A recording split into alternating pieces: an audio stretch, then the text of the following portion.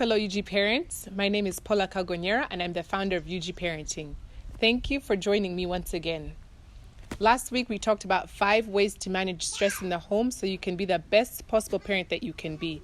And as promised, this week, we're going to talk about strong-willed children. I'm going to give you 6 tips on how to live peacefully with them at home. I don't want to say how to manage them or handle them because that sounds like being strong-willed is a negative thing, but it's actually not. So let me start by describing what a strong-willed child is. A strong-willed child is a child who is determined to do things their way at all times. So these are the children who want to do something not because you've told them to, but because they want to. When you ask them to do something, they're like, no, I'll do it when I want, not because you've asked me to. And strong-willed children are not bad children. They just have a hard time expressing themselves in a socially acceptable way, and they have a lower tolerance for things not going their way. It's just part of their character and their personality. So when things don't go their way, and because they don't know how to express themselves in a socially acceptable way, they'll end up throwing tantrums. These are the kids who throw themselves down on the floor, screaming and kicking when you say no, they can't have whatever it is they want. These are the kids who will yell at you. These are the kids who will slam doors, These are the strong-willed kids. So our job as parents is to teach them how to express themselves in a socially acceptable way and to teach them how to cope with things not going their way, because that's life. Things won't always go your way. So that's our job, is to teach them how to express themselves in a socially acceptable way and teach them how to accept and to cope with the fact that things won't always go their way. The thing about strong-willed children is we don't want to break their strong will. We just want to channel it in the right direction, because studies have shown that strong-willed children end up being more successful than other children. These are the ones who end up being your CEOs of companies. They're the ones who end up being your revolutionaries. They're the ones who end up starting movements, setting trends, being leaders. So you want to just channel that strong will in the right direction, not to break their strong will. That being said, let's get into the tips. 6 tips on how to live with them peacefully, how to teach them to express themselves, and how to teach them to deal with the fact that things won't always go their way. Tip number 1 is validate their feelings. Strong-willed children will have outbursts, temper tantrums, screaming matches, all that because they have strong feelings. If you minimize their feelings or dismiss their feelings, you only aggravate the situation. You frustrate them even more. So you need to validate their feelings, whatever their feelings are in the moment, however minimal or insignificant you think they are. So, for example, you say things like, I understand that you're feeling upset right now because you can't have that chocolate bar, but I already bought you this toy, and remember we said you can only have one thing at the store. Or, I understand that you're angry right now because we're not going to your friend's house, but, they haven't invited us and we can't just show up, or whatever it is. But you understand their feelings and you explain to them why you're doing what you're doing. So, validate their feelings. Avoid saying, it's not that big a deal. Get over it. Or, you're just being too dramatic, or calm down.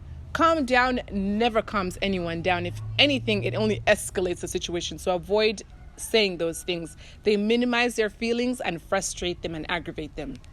So that's tip number 1, validate their feelings. Tip number 2, take time to explain. Keep it short and simple, but take time to explain. Why? Strong-willed children love to know why. They want to know everything about everything. These are your kids who are, do this. Why? How come? Where are we going? What time? Who said this? What? Those kids who are constantly asking questions, they just love to know. When you dismiss their questions, you frustrate them. While it's not, prudent of us to sit there and, give them lengthy explanations and tell them everything that's going on, it doesn't cost much for us to sit down and give them a brief explanation of what's going on.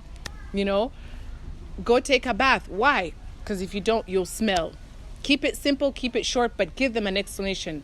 Avoid saying, because I said so, just because, or if you don't do what I say right now, you're going to get in trouble. Just give them an explanation.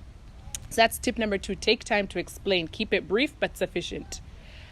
Tip number 3. is do not engage in a battle of wits. Don't lock horns. Don't get sucked in. I don't know how else to phrase it. Do not allow them to engage you in a tug of war, for lack of a better word. Remember, you're the adult in this relationship. I know strong-willed children can push us and we even lose our heads and we forget that we're the adults in the relationship and we start arguing with them like they are age mates. But remember, you are the adult in the relationship, so do not get sucked in. Strong-willed children will outlast you. They will outlast you, outmatch you in energy, in screaming, especially those parents. If you are not a strong-willed person and have a strong-willed child, they will outlast you all the time. They will always win. So don't let them take you there. If you are a strong-willed parent, parenting a strong-willed child, you understand and you can relate. So you know where they're at. So yeah, don't get sucked in. Instead, give a warning and follow through with consequences. Okay? Go brush your teeth. I don't want to. You need to brush your teeth. I don't want to. If you don't go brush your teeth, you're going to get a timeout. Cut it there. They'll start screaming, but I don't want to. But it's not fair. Why do I have to brush my teeth? Do not respond. Or another one of my favorites, learn this phrase, asked and answered. Strong-willed children will pester you and ask you over and over and over again, hoping to break you so that they can get what they want. Can I go to my friend's house? No, you can't. Why? We haven't been invited. Mommy, can I go to my friend's house? No, you haven't. If you keep explaining yourself, keep saying no, it's going to drive you crazy. Instead, answer them once. No, you can't go. We haven't been invited. Maybe next time. And then the next time they ask, simply respond, asked and answered. Can I go to my friend's house? Asked and answered. Can I go to my friend's house? Asked and answered. The repetition and the you not breaking and the you saying the same thing over and over again will drive them crazy and eventually they'll give up. So that's tip number 2. Don't engage. Do not allow them to suck you in. Tip number 4. I keep looking at my notes because I don't want to forget anything or get sidetracked. So tip number 4, give them a chance. Give them an opportunity to redo things. Don't be so stringent on your rules or so hard on them that they feel like if I mess up once, it's once and done with my parents. So when they're being bossy, which strong-willed children tend to be, or when they're being rude, or when they respond in a socially unacceptable way, tell them, okay, we're going to try that again. If they respond to you in a rude way, say, oh, we're going to try that again. And then ask them a question or whatever it is and give them a chance to respond the right way. If, someone asks, can I borrow this? And they're like, no. You say, oh, we're going to try that again. Can this person borrow this? No. Give them a chance to correct themselves. Give them a chance. Give them a do-over. This is how you'll teach them. Your initial reaction, your initial whatever wasn't socially acceptable. But this is a socially acceptable way to do things. This is a socially acceptable way to respond to such things. That's how you teach them what's socially acceptable. So that's tip number 4. Give them a chance. Give them a do-over. Allow them to practice their social skills at home. Tip number 5. Give them limited choices. So, telling a strong-willed child what to do does not go over well with them. They just do not like it. They do not like being told what to do. They do not like being managed. They do not like being bossed around. So instead of giving them commands, give them choices. Would you like to go brush your teeth right now, or would you like to brush your teeth in 10 minutes? That way they feel they have control over their situation, over their lives. They're like, oh, okay, I could choose to go right now, or I could choose to go in 10 minutes. Let me think about that. Giving them choices gives them power. And that's ultimately what strong-willed children want, is power over their own lives. So when you give them choices, you give them power over their own lives. Don't pick out outfits for strong-willed children. Give them choices. Would you like to wear this or this? But keep the choices limited. When you overwhelm them with choices, you will drag out the choice-making process and it will drive you crazy and frustrate everybody. So give them limited options. You have outfit A, outfit B. What would you like to wear today? So that's tip number 5. Give them limited choices. tip number 6. It's kind of like tip number 3, a bit different. Tip number 6, and this is the last tip: avoid power struggles. Like I said, strong-willed children ultimately want power. They want to be in control of their own lives. They want to be in control of their own situation, so they want power. Avoid power struggles. Once again, remember, you are the adult in this relationship. They are not. No matter how bossy they are, how loud they are, how determined they are, you are the adult. You are the boss. I always tell my kids, I'm the boss. So remember that you are the adult. So avoid power struggles. Now, how do you do this? You ask yourself as an adult, is it really that big a deal? If it's not that big a deal, let it go. Is it that big a deal if they wear a church dress instead of PJs to bed? It's really not. So just let them do it. Instead of you standing there in a screaming match for 30 minutes. You can't wear that. Wear your pajamas. It's bedtime and you're supposed to wear that. Let them do it.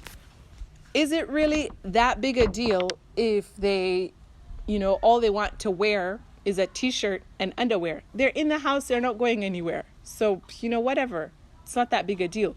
You tell them this is okay here, but if we're going out, you need to put some pants on. If we're going outside the house, or if we have company over, you need to put some pants on. But for right now, it's okay. Go ahead. So ask yourself, is it really that big a deal? A wise woman once told me, because I have a strong-willed child. Children, plural. I have strong-willed children.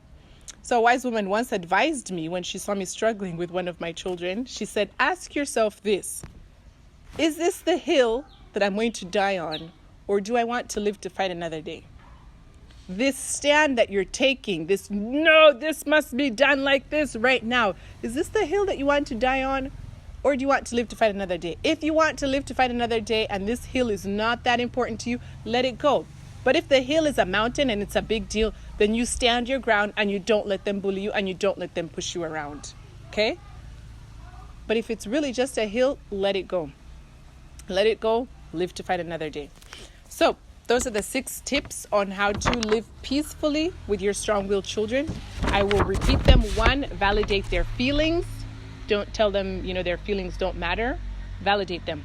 Number 2, take time to explain. Keep it brief but sufficient. Number 3, don't engage. Do not allow them to suck you in. Number 4, give them a chance. Give them a do-over. Give them an opportunity to right their wrongs. Who doesn't like second chances? Number 5, give them limited choices, but give them choices. Number 6, avoid power struggles. Now, the good thing about strong-willed children, like I said, they have a strong aptitude, is that how you say it, of being successful. So you don't want them to feel like there's something wrong with my personality, or there's something wrong with me, or, I'm damaged in some way.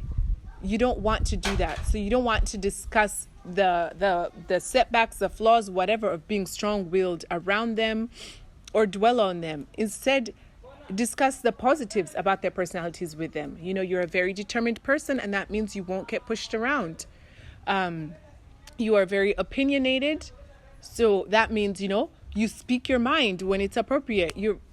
Teach them the positives of their personality so that they know that they were fearfully and wonderfully made by God like that for a reason. So that is your strong-willed children. If you have any questions or any comments, or if you have any strong-willed children, please share with me. Tell me your stories. I want to hear your stories about, how it's been parenting your strong-willed children. Next week, we will be talking about shaming children while disciplining them. So the correct way to discipline children. Obviously, shaming them is not the correct way, but a lot of us tend towards that. Growing up, we had our parents telling us, shame upon you, and it was a very common thing. But shaming children actually damages them. So we're going to discuss more in detail next week how not to shame your kids and how to discipline them the right way so that they're still confident, capable human beings, and so that they're receptive of your discipline. Thank you so much for joining me. If you have not checked out last week's video or blog posts, please check out the website, www.ugparenting.com. Follow us on YouTube, UG Parenting. Follow us on Instagram, Twitter, and Facebook. Thank you, and we'll see you again next time.